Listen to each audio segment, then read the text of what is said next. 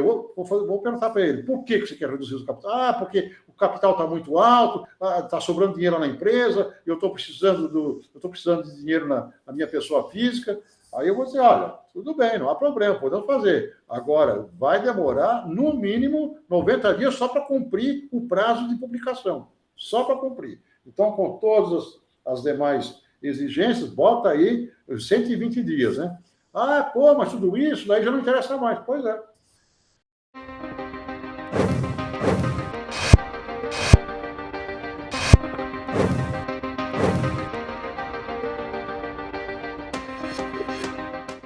Contadores e contadoras, meu nome é Bruno Braga e eu estou reunido aqui mais uma vez com meus amigos contadores Irapuan Negreiros e Breno Negreiros para um ato societário na prática.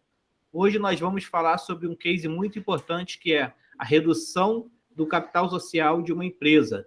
Irapuan e Breno vão começar a conversar um pouquinho sobre isso com a gente. Boa noite, gente.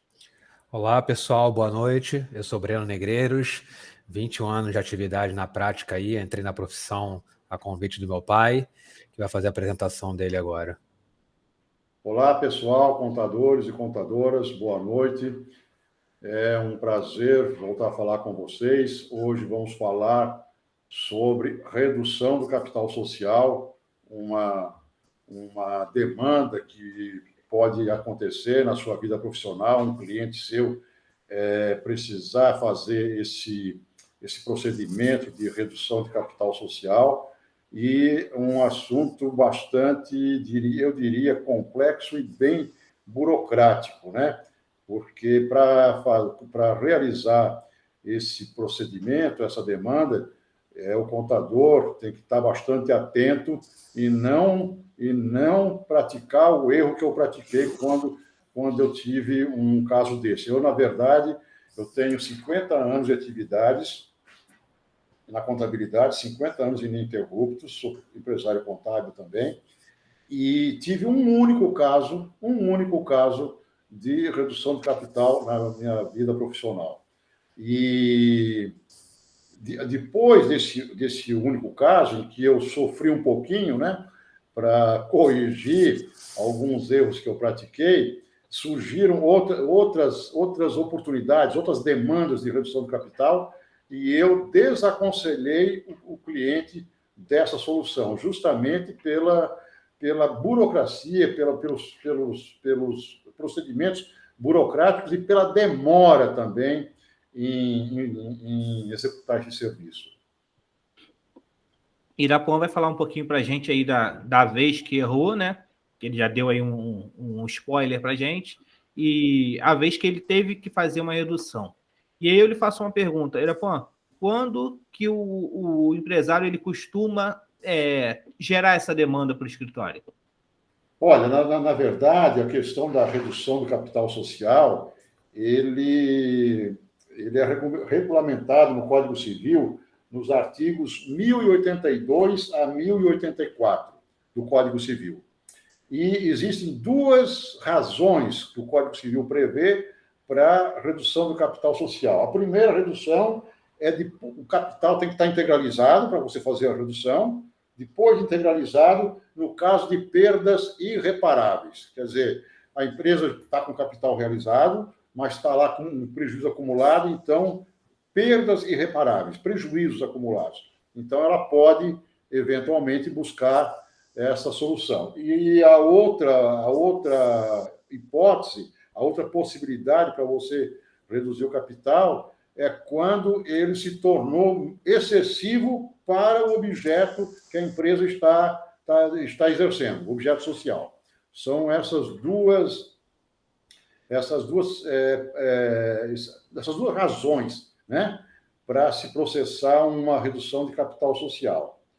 Então, como eu disse para vocês, eu tive uma única demanda nesse assunto e, detalhe importante, aquilo que eu tenho recomendado muito para os colegas, sempre que você for aceitar qualquer demanda, você tem que ter um horizonte, você tem que ter um planejamento, saber tudo que vai ter que cumprir para realizar corretamente aquele trabalho.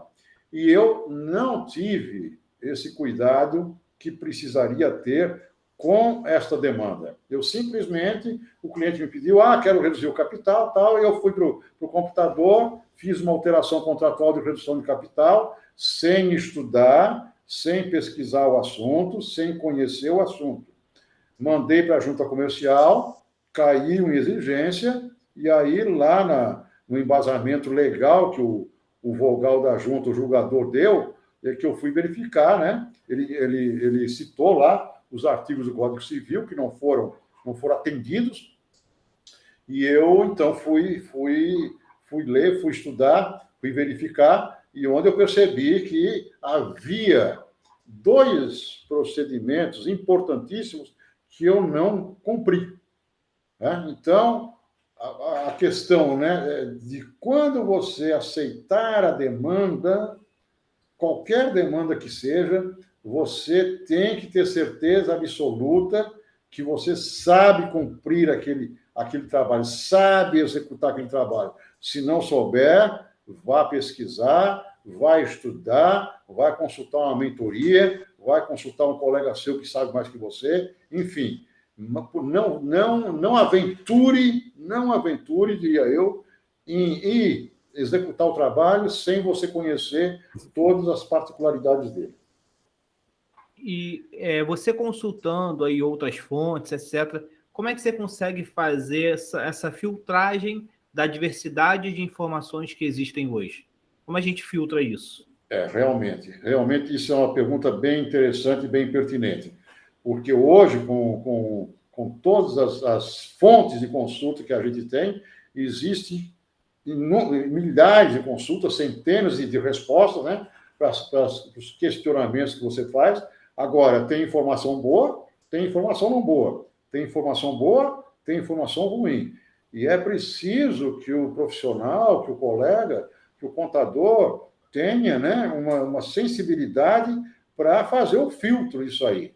Um conselho, se eu posso dar um conselho para alguém, mas uma orientação, uma sugestão, não aceitar achismo. Eu acho que faz assim. Eu acho que esse negócio de achar é muito chato, viu? Não vá no achismo. Se você tem dúvida, você consultou alguém, você consultou um colega, consultou um professor, consultou um mentor e te deram a informação. Você se convenceu dessa resposta? Nem sempre a gente se convence, né? Nem sempre a gente se convence. E a gente também não deve se convencer tão fácil, né? Tem que ficar perguntando os porquês, né? Por quê? Por quê? Ser igual a criança que pergunta muito por quê, né? Por quê?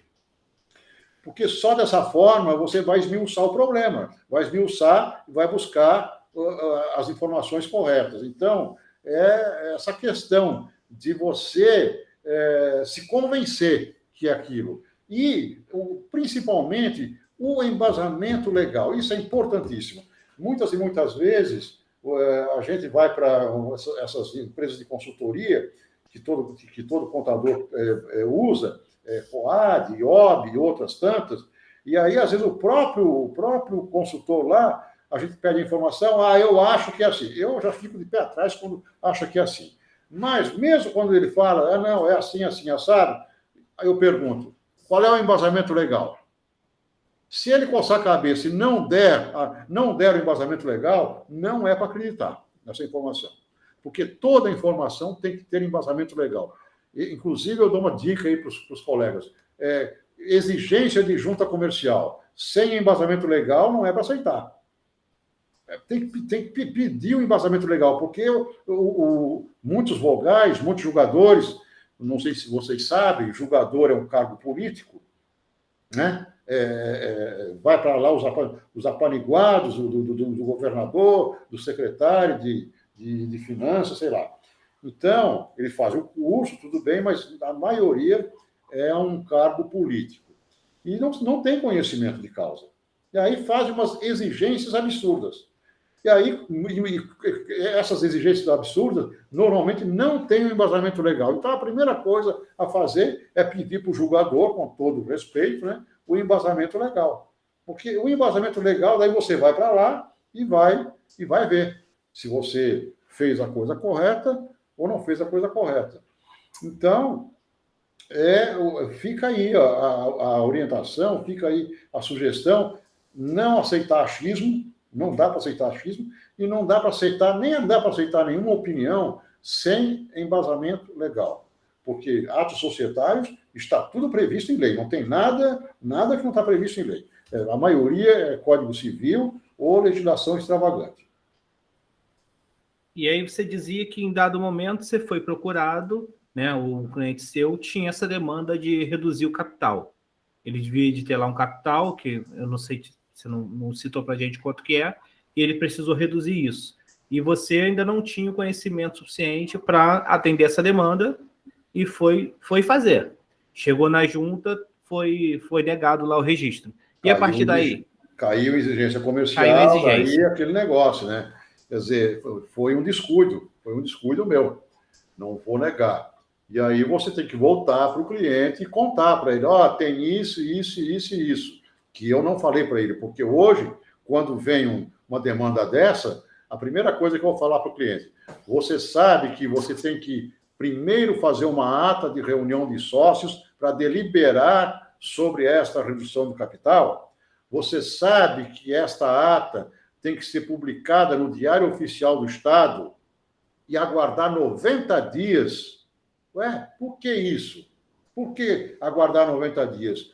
Para dar condições de possíveis credores se adiantar a essa redução de capital. O que acontece? Vejam bem. O capital é de R$500 mil. E aí os sócios resolvem reduzir esse capital para, hipoteticamente, R$100 mil. Numa sociedade de 50%, então, hoje, cada um responde por R$250 mil, a responsabilidade é limitada ao valor do capital social, ao valor da sua participação, você vai reduzir o capital para 100 mil, a responsabilidade de cada sócio vai ficar de R$50 mil. Se essa empresa tem um débito de 100 mil, 150 mil, esse credor vai ficar prejudicado, porque a responsabilidade do sócio vai ser reduzida. Então, por isso que existe esse prazo para que os credores, chama credores quirografários, se antecipem e façam a sua cobrança. Passados os 90 dias, não houve nenhuma demanda de credores, aí sim você vai fazer a alteração contratual ou vai registrar aquela ata na junta comercial, a ata de redução de sócios, de redução de capital. Bom, pai, você tratando desse assunto agora a respeito da redução de capital é um termo até técnico, né? E como não acontece de forma corriqueira no nosso escritório, a gente surgiu até uma dúvida agora em relação a isso. Então, uma das possibilidades de fazer a redução do capital é quando o valor do capital ele é expressivo, é excessivo, né? Como que você saberia dizer como o julgador ele vai mensurar o valor desse capital para poder fazer uma crítica ou não a respeito do ato que está sendo colocado para ser julgado na junta comercial? Sim, isso não é questão do julgador. Na verdade, é a realidade da empresa, né? A realidade da empresa. Então, eu vou dar um exemplo. Digamos que uma empresa foi constituída com um capital de, hipoteticamente, R$1 milhão, tá? E esse capital foi incorporado esse capital foi integralizado com incorporação, hipoteticamente, de 4 imóveis, tá? E o objeto social dessa empresa era compra, venda e locação de imóveis próprios. Muito bem. A empresa foi bem no negócio dela e vendeu os 4 imóveis. Então, hoje, ela tem um capital de R$1 milhão, tá? O capital dela é R$1 milhão. Tem lá na conta bancária dela o produto da venda, tá? Produto da venda. E os sócios não têm mais interesse em continuar nessa atividade. Resolveram, por exemplo, que vão fazer só corretagem de imóveis. Então, um capital, convenhamos, um capital de R$ 1 milhão para uma empresa que vai exercer atividade de corretagem de imóveis, ela não precisa de capital de R$ 1 milhão. Certo? Entendi. Então, faz o quê?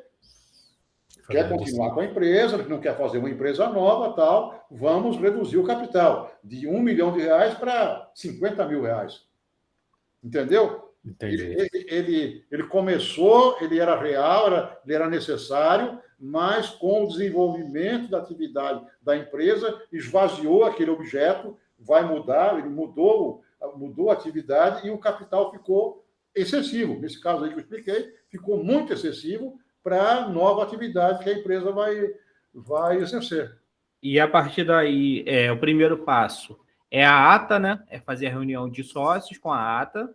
A ata deliberando sobre a redução do capital social. Isso. O segundo passo é dar publicidade a essa ata, publicando no Diário Oficial. Exatamente, publicando no Diário Oficial. Uhum. A partir daí, aguarda-se 90 dias. Aguarda 90 dias, e aí, passados os 90 dias, não houve nenhuma manifestação de credores, você vai encaminhar a ata juntamente com a prova da publicação, né, da publicação da ata no Diário Oficial para a junta comercial. Se você não mandar a comprovação, vai cair em exigência. Inclusive, tem um detalhe muito interessante aí, né? Eu li assim, recentemente, essa semana, que no estado da Bahia, o Diário Oficial não vai mais circular em papel. Vai só circular digitalmente. Digital. De forma digital. Até então, pegava-se a folha do Diário Oficial que publicou aquela ata, encaminhava para a junta comercial juntamente com a respectiva ata. Hoje, só digital, eu não sei exatamente como é que vai fazer essa comprovação, mas deve ter algum meio. E o motivo dessa exigência aí da publicação no Diário Oficial é justamente para notificar possíveis credores, né? Exatamente, para dar publicidade aos credores de Exato. que a empresa está reduzindo o capital, está diminuindo a responsabilidade dos sócios. Então, se algum credor se sentir prejudicado com essa redução, tem que correr lá e fazer o acordo, né? Agora, eu chamo a atenção para vocês com a seguinte situação. Normalmente, quem pensa em fazer redução de capital, os sócios de uma empresa que pensa em fazer redução de capital, normalmente, pode até não ser, mas ele tem a seguinte situação. O dinheiro está sobrando lá na empresa e ele tem necessidade, ele, na pessoa física, está precisando de dinheiro. Né? Uhum. São os dois extremos. A empresa tem dinheiro, está lá, o dinheiro lá na conta, o capital social. E ele está precisando de botar a mão nesse dinheiro. Não tem lucro para distribuir. Então, é só redução de capital. Né?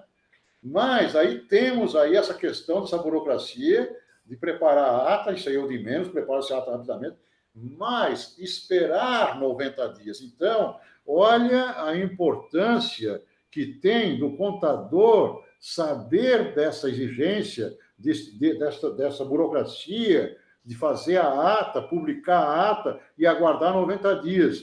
Porque, às vezes, o cliente vai dizer, não, esperar 90 dias, eu não posso esperar 90 dias, eu preciso do dinheiro para amanhã, daqui uma semana. Vai arranjar outra solução, até poderá continuar com essa pretensão, mas se ele estiver com alguma emergência de dinheiro para ele, na pessoa física, ele vai ter que buscar outros caminhos, porque o prazo dos 90 dias vai... Mas eu não estou devendo nada, Irapuã. Não interessa, você vai ter que cumprir, porque está lá no Código Civil, entendeu? Mesmo que não tenha passivo nenhum, mesmo que comprove o balanço que não tenha passivo nenhum, vai ter que cumprir o prazo. E a partir do momento que passaram os 90 dias, você tem lá o comprovante da publicação, você tem a ata, e aí você confecciona a alteração normalmente com essa redução de capital e dá a entrada na junta? Veja bem, com a ata e juntamente com a comprovação da publicação né, no Diário Oficial, ele registra a ata na junta comercial E com esse registro da ata, ele já oficializou a redução de capital. Ele já pode fazer lá a transferência bancária da conta dele, da conta da empresa para a conta dele e para a conta do sócio.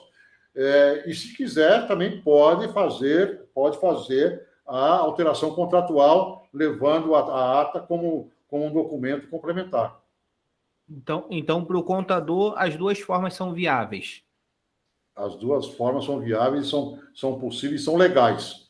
E se ele utilizar somente a ata, depois, num ato futuro, numa alteração contratual futura, ele consolida essa redução do capital, citando a ata, né? A ata registrada na junta comercial, sob no tal, em tal data. Quando aqueles processos de cisão parcial, né, que você traz um bem de uma empresa para outra, também, também pode ser tratado como contrapartida uma redução de capital também, correto? Boa pergunta, Breno, muito boa pergunta. Realmente, normalmente a empresa que a protagonista, né, da cisão, aquela que vai verter patrimônio para outra empresa, ela tem uma redução de capital. Ela tem. Às vezes essa redução nem se materializa, nem acontece, porque ela tem lá a reserva de lucros e ela faz o ajuste, tá? Mas em algumas situações há redução mesmo. Mas esta redução decorrente de decisão, você não precisa cumprir essas exigências que é preconizado nos artigos 1082 a 1084 do Código Civil. Uma outra situação também que existe a redução e que a junta comercial coloca em exigência, e eu já ganhei diversas vezes, já derrubei a exigência, é na resolução de sócios. O que é a resolução de sócios? Tem dois sócios, um sócio quer sair, o outro sócio não se interessa em comprar as cotas dele, ele vai oferecer no mercado, não acha ninguém que compre, então faz-se a resolução de sócios. Esse sócio descontente vai embora e a empresa paga os seus haveres com disponibilidades da empresa mesmo. Então, resolução de sócio. O capital era de R$100 mil, 50 mil para cada um, dois sócios. Um sócio se resolve em relação à sociedade. Esse sócio recebe os 50 mil dele, né, parcelado ou não, recebe os outros haveres e o capital não é mais 100 mil, o capital passa a ser 50 mil. Houve uma redução de capital, do valor do capital, de fato e de direito. Mas nessa figura aí de resolução de sócios, não é preciso cumprir aquelas formalidades da ata e da publicação no Diário Oficial e aguardar os 90 dias. Não se aplica. Muitos julgadores da junta comercial se atrapalham com isso, colocam exigência, e eu derrubei já diversas vezes essa exigência, porque a gente faz resolução de sócios com uma certa frequência, e normalmente cai em exigência, que eles querem que cumpra, né, o prazo de 90 dias e a publicação e tudo mais. Mas não se aplica. Em se tratando de resolução de sócios, também a questão de cisão. Bom, muito interessante, né, esse encontro hoje nosso aqui, porque a gente iniciou para falar basicamente ali de redução de capital, né, e você vê a profundidade do tema, né, que a gente navegou aí pela parte de resolução de sócios, pela parte de cisão parcial. Então você só endossa a necessidade do contador ter esse conhecimento macro, né, para poder ver por qual opção de resolução de problema que ele pode navegar ali para poder resolver o problema do seu cliente, né? E isso nos leva a uma outra questão, Breno, que é assim, né? O cliente vem e pede, faz uma resolução de sócio. Não é a função do contador não é simplesmente executar o pedido do cliente. Não é. A função do contador é ouvir o cliente e analisar o pedido dele e verificar se esta solução é viável e se é a melhor solução, porque o cliente não tem o conhecimento técnico, né? Então, cabe ao contador fazer a análise e verificar. Eu, por exemplo, se chegar hoje na minha mesa, na minha sala, um cliente pedindo redução de capital social, eu vou perguntar para ele, por que você quer reduzir o capital? Ah, porque o capital está muito alto, está sobrando dinheiro na empresa, eu estou precisando de dinheiro na minha pessoa física. Aí eu vou dizer, olha, tudo bem, não há problema, podemos fazer. Agora, vai demorar, no mínimo, 90 dias só para cumprir o prazo de publicação. Só para cumprir. Então, com todas as demais exigências, bota aí 120 dias, né? Ah, pô, mas tudo isso, daí já não interessa mais. Pois é. Entendeu? Então, aí se vê a necessidade do contador estar preparado para as demandas do cliente para poder orientar o cliente. Não é simplesmente aceitar e fazer. É receber a demanda, analisar, ver se é a melhor solução, se é o melhor remédio para aquela dor que o cliente está sentindo e aconselhar o cliente, obviamente, né? Aí entra aquilo que eu falei alguns encontros atrás, do contador ter conhecimento suficiente para ser um estrategista, né? Para orientar o cliente de forma estratégica. Exatamente. Porque muitas vezes, Bruno, muitas vezes, também já falei isso aqui, muitas vezes o cliente tem lá a dor dele, mas ele não sabe nem pedir. Isso acontece muito na nossa vida profissional. O cliente não sabe pedir. Então, é importantíssimo que o contador esteja atento, tenha sensibilidade, faça perguntas. Eu entendi bem, você quer reduzir o capital? Por quê? O que você vai ganhar com isso? Entendeu? Então, é muito importante isso. Não é simplesmente ele pediu, tá, vou fazer, pode deixa comigo. Não é assim. Não é assim que a banda toca, né? Beleza, tem que saber dialogar, né? Com certeza. Mais alguma dúvida, Breno? Você acha que tem mais alguma coisa que faltou colocar? Você vê alguma implicação fiscal nesse ato? Eu acredito que não, né? Não, implicação fiscal nenhuma. O que vai acontecer? Vai sair, né, o patrimônio do sócio vai diminuir, né, na medida em que ele reduz a participação societária dele. Ele tinha uma participação lá de 250 mil, reduz para 50, obviamente que é uma redução. E aí ele vai fazer alguma coisa, vai comprar um imóvel, vai comprar um carro, ou vai fazer uma viagem. Aí, mas não tem implicação fiscal nenhuma. Né? Ele pode estar precisando desse dinheiro para juntar e fazer um investimento maior que ele queira fazer na pessoa física, mas implicação fiscal nenhuma, não. Vai receber o mesmo valor da cota do capital, então realmente não tem nenhuma implicação fiscal. Exatamente. Né? E Irapuã já sabe aí, para dar uma palhinha para a gente, qual é o assunto da próxima aula? Na próxima aula, a gente vai falar sobre constituição de sociedade simples. Não é Simples Nacional, não é empresa tributada pelo Simples Nacional. É um tipo jurídico de sociedade simples, que a gente vai falar isso no nosso próximo encontro. Só para deixar mais um gostinho na boca aí do espectador, o que seria essa sociedade simples? Só uma palhinha bem rapidinho. Sociedade simples é aquela formada por 2 ou mais profissionais da mesma área. 2 contadores, 2 advogados, 2 médicos. Isso, quando tem 2 ou mais profissionais da mesma área, formam uma sociedade que é chamada sociedade simples. Não é uma sociedade empresária limitada, é uma sociedade simples. Beleza. Então já deixei o gostinho, né? Na próxima semana aí, ou daqui a 2 ou 3 dias, a gente vai estar soltando conteúdo novo. É só o pessoal ficar de olho nas nossas redes sociais. E como eu sempre digo, havendo aí alguma dúvida, querendo entrar em contato com os especialistas, é só mandar um direct que Irapuã e Breno estão sempre dispostos a atender. De fora isso, obrigado, meus amigos, e boa noite. Obrigado, pessoal. Boa noite. Continue acompanhando a gente aí nas nossas redes sociais. Boa noite a todos. Obrigado pela audiência e até a próxima.